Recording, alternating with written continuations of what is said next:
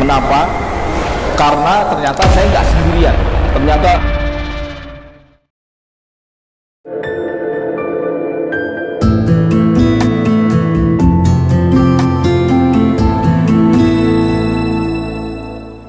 mantan polisi yang menjaga keamanan serta ikut organisasi terorisme. Memang itu berbeda ya. Lalu saja Bismillahirrahmanirrahim. Assalamualaikum warahmatullahi wabarakatuh. Alhamdulillah, salatu wassalamu ala rasulillah wa ala alihi wa sahbihi wa mawala. La hawla wa la quwata illa billah, amma ba'du.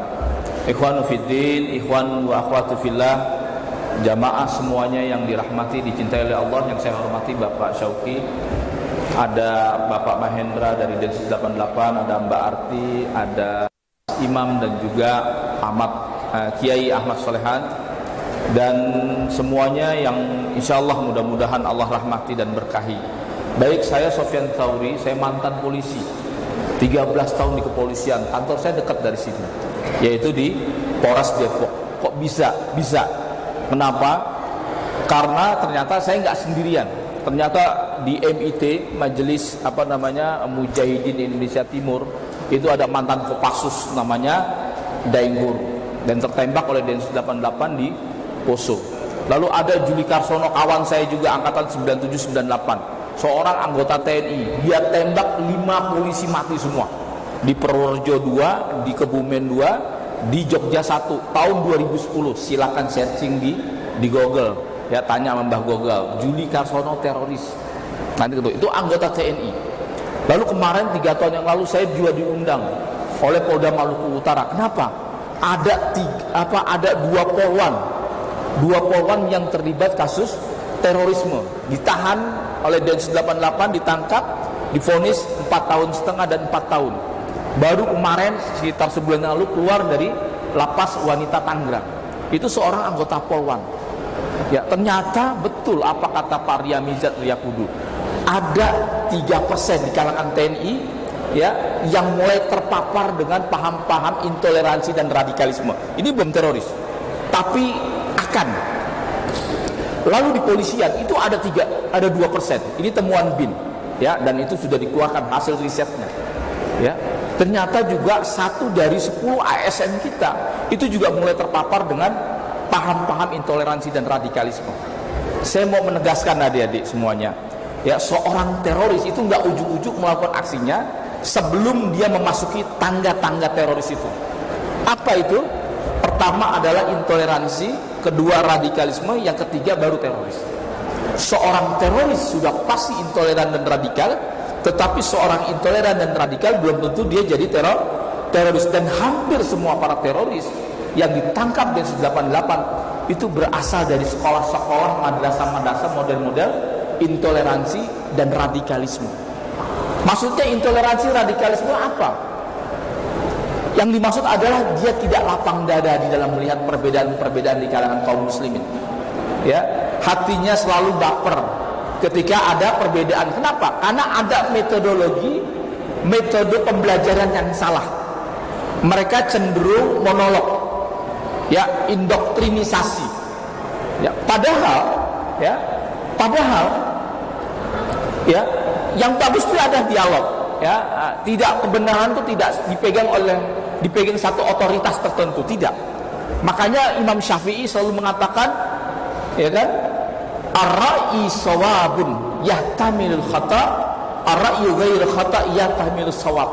Pendapatku ini, kata Imam Syafi'i, itu benar, tapi bisa jadi mengandung kesalahan. Pendapat orang lain salah, tapi bisa jadi mengandung kebenaran. Karena dalam masalah-masalah fikih, dalam masalah-masalah yang banyak dibangun oleh khilaf dan ijtihad, itu kata para ulama usuli, itu adalah mabniyun ala ghalabatud dzan. Ya, banyak diambil mana pendapat yang terkuat. Jadi nggak boleh dalam masalah-masalah ijtihad yang nggak ada di dalam Al-Quran dan As-Sunnah kita klaim bahwa ini adalah pendapat Allah dan Rasulnya. Padahal ini pendapat yang sebetulnya pendapat-pendapat yang debatable, bisa diperdebatkan. Karena ulama beristihad. Nah, sekarang akhir-akhir ini adik-adik, apakah itu di kampus, di sekolahan, ada sekelompok orang, ya, para pengkapling kebenaran bahwa kelompoknya adalah kelompok yang paling benar. Karena apa? Karena ketika saya diundang di Polda Maluku Utara, saya dikumpulkan, ya, saya kumpulkan polisi laki-laki dan polisi perempuan, ya, polwan dan polki, ya, yang ikut jaringan kelompok-kelompok pengkapling kebenaran ini. Ya, lalu mereka mengatakan, Ustadz, kami bahkan kami dilarang untuk demo, Ustadz. Kami menganggap bahwa Bapak Jokowi ini adalah ulil amri, Ustadz. Kami cuma ngejakan taklim. Oke, saya tahu, paham itu. Tapi saya mau tanya sama antum semua. Antum keluar dari pengajian tersebut, majelis taklim tersebut, halaqah tersebut, Anda jadi benci nggak dengan orang-orang di luar daripada kelompok Anda? Oh, Ustadz, itu mereka banyak melakukan bid'ah. Mereka banyak melakukan perbuatan amalan yang nggak ada dalilnya, maulid Nabi, tahlilan, yasinan, mendoakan orang tua kita yang sudah mati, ya, itu nggak akan sampai dan sebagainya, bla bla bla bla, narasi kebencian. Nah, saya bilang itu poinnya. Saya dulu di Polres Depok, saya bilang gitu, sebelum saya masuk kepada kelompok-kelompok teroris, ya, itu saya kalau disuruh nyanyi Indonesia Raya, ya, saya nggak mau. Kenapa? Musik haram. Dalam pengajian saya, musik haram. Padahal ini masalah khilaf, ya. Khilaf yang sifatnya mu'tabar di kalangan kaum muslimin, ya. Khilaf-khilaf yang dikenal, yang seharusnya kita harus lapang dada dalam melihat perbedaan-perbedaan. Kalau sebuah lembaga pengajaran selalu menanamkan bahwa kelompoknya yang paling benar di luar daripada kelompok salah, saya khawatir, ya, kita gampang baperan, kita gampang membenci orang-orang di luar daripada kelompok kita. Padahal kita ngaji, belajar agama, tidak semestinya kita jadi antisosial. Tidak semestinya prestasi kita menjadi turun. Tidak semestinya belajar ngaji, belajar Islam, kita jadi benci dengan sesama kaum muslimin yang di luar daripada kelompok kita. Enggak begitu Anda ikut pengajian. Maka saya bersaran, ya, hati-hati ikut pengajian. Hati-hati dalam mengikuti majelis taklim. Kalau isinya cuma narasi-narasi kebencian, bahwa kelompoknya hanya yang paling benar. Dan saya khawatir, ya, karena para ulama itu dalam melihat perbedaan-perbedaan, apalagi banyak dibangun istiad, dia selalu mengatakan darastu hadza, ya, misalnya aqwalu fihi, ya, di dalamnya terdapat beberapa pendapat, misalnya nyanyi Indonesia Raya, wah itu nggak ada ininya, wah itu musik haram dan sebagainya, lagu-lagu, ya, memutlakkan, ya. Makanya kata para ulama ada yang mengatakan ittakhadhu aqwalu mutasyaddidah, junuhum ittakhadhu aqwalu mutasyaddidah. Kecenderungan mereka itu suka mengutip pendapat-pendapat dikit-dikit haram, dikit-dikit nggak boleh, ya, ini bid'ah dan sebagainya. Ya, kita bukan anti kepada bid'ah dan sebagainya, enggak. Tapi kalau kemudian perbuatan-perbuatan tersebut walaupun nggak dicontohkan oleh Nabi, bukan berarti nggak boleh bisa dilakukan. Ibnu Mas'ud bahkan ini disebut sebagai sebuah hadis dalam Musnad Imam Ahmad, dikatakan ma ra'ahul muslimun hasanan fahuwa indallahi amrun hasan. Apa yang dianggap oleh kaum muslimin itu adalah sebuah kebaikan, maka di sisi Allah juga sebuah kebaikan. Makanya para ulama ketika mendapatkan persoalan-persoalan yang sifatnya dibangun istiad, dia selalu mengatakan aqwalu fi. Di dalamnya terdapat beberapa pendapat-pendapat, misalnya masalah musik. Ada pendapat yang mengatakan haram. Ini adalah kelompok ulama-ulama seperti ini, ya, di dalam kitab-kitab seperti ini. Yang kedua adalah yang mengatakan itu makruh. Ada yang mengatakan ini boleh. Adapun kita, ya kan, dan itu jawaban disesuaikan oleh apa, kondisi si penanya tadi. Ya, darastu hadza, yang saya pelajari, dan dia tidak pernah mau mengklaim bahwa pendapat ini pendapat Allah dan Rasulnya. Kenapa? Terkait larangan musik itu tidak sampai kepada derajat qat'i, pasti haramnya, sebagaimana haramnya zina, haramnya mencuri dan sebagainya. Dan ini madrasah-madrasah yang selalu menanamkan kebencian inilah yang kemudian memicu orang, Pak. Gitu. Makanya betul 3.500 teroris yang ditangkap oleh Densus 88 itu kebanyakan jargonnya ingin kembali kepada Quran dan As-Sunnah. Emang nggak boleh kembali, Ustaz, kepada Quran Sunnah? Saya bilang nggak boleh. Wajib kita sebagai Muslim, ya, kembali kepada Quran dan As-Sunnah. Masalahnya, problemnya adalah siapa yang bisa memahami Quran Sunnah? Apakah kita yang belum pernah belajar ulumul Quran, ulumul hadis, belajar tentang usul fikih, tahu tentang mana mutlak, muqayyad, mana am, mana khas, nasah, mansuh. Lalu kemudian kita terjebak kepada satu pendapat, lalu menafikan pendapat-pendapat yang lain, lalu menaikkan bendera loyalitas dan anti loyalitas, kebencian kepada mukhalifnya, orang yang berbeda pendapat dengan kita. Enggak, butuh waktu panjang. Makanya adik-adik jangan kemudian gampang terjebak, ya, satu pendapat, ya, lalu kemudian ngajak permusuhan kepada orang yang berbeda pendapat dengan kita. Enggak seperti itu, ya. Tahan dulu lisan kita. Jangan buru-buru Anda mengatakan ini bid'ah dan sebagainya. Karena kalau sudah seperti itu adik-adik, ya, saya khawatir, ya, nanti bisa meningkat jadi radikal, ya, radikal meningkat lagi bisa nggak mustahil jadi naudzubillah min dzalik, jadi teroris adik-adik, ya. Dan ini terjadi adik-adik. Dan indeks potensi radikalisme 2017, ya, Indonesia hampir diambang perang. Artinya apa? Ada 50%. Indeks potensi radikalisme di Suriah, ya, 2010, 2011 itu cuma 5%. Sampai sekarang 11 tahun mereka perang tanpa henti. Libya sampai sekarang nyesal mereka menjatuhkan presidennya. Kenapa? Ya, sampai sekarang Libya dikuasai oleh para gangster adik-adik.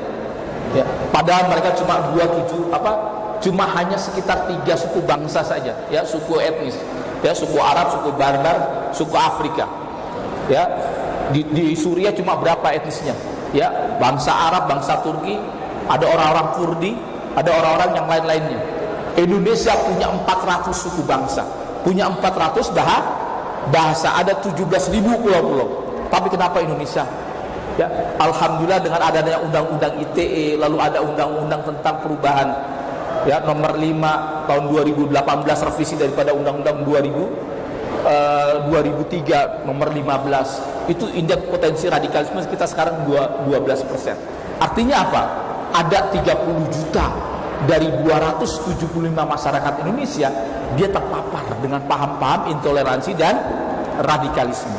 Dan saya khawatir, ya, khawatir dalam menjaga Indonesia, menjaga bangsa kita, ya, dijaga persatuannya menjelang 2023, 2024 tahun-tahun politik, ya, mungkin bisa jadi, ya, memacu adrenalin kita, ya kan. Jangan sampai kemudian kita menggadaikan bangsa dan negara sampai kemudian Indonesia jatuh kepada kubangan perpecahan yang tidak kita inginkan. Konsentrasi terus adik-adik, belajar meningkatkan diri, bersikap kritis, dan kemudian mencoba, ya, bersikap toleran kepada perbedaan-perbedaan yang ada. Mungkin ini yang bisa saya sampaikan, kurang lebihnya mohon maaf karena kita ada session tanya jawab. Ya. Oke, saya lanjutkan lagi. Masih ada beberapa menit lagi. Maka itu adik-adik, ya, saya berpesan, ya, jangan salah cari guru. Karena ini menentukan dunia akhirat kita. Ya, kepada siapa, ya? Jangan sampai kemudian boleh kita beragama, boleh kita berdakwah, betul. Kewajiban kita sebelum jadi apa-apa itu adalah, ya, kata Hasan Al-Banna pernah bilang, nahnu du'atun qabla kulli syai. Kita ini para dai, ya, sebelum jadi apa-apa, ya, hendaknya kita sampaikan balighu anni walau ayatan, sampaikan walaupun satu ayat. Tetapi adik-adik, terhadap masalah-masalah perbedaan di kalangan kaum muslimin, apalagi kita tinggal di Indonesia yang kebanyakan mayoritas adalah mazhabnya mazhab Syafi'i, mazhab akidahnya kebanyakan Asy'ariyah. Kita tidak boleh petenteng, nantangin, berdebat dan sebagainya. Sementara, ya, perbedaan-perbedaan ini sudah ada sejak zaman dahulu. Maka betul kata apa yang dikatakan Al-Imam Sufyan Ats-Tsauri, seorang imam mazhab, pernah berkatakan, ya kan, innamal ilmu indana ar-rukhsah, ya, ar-rukhsah min siqatin.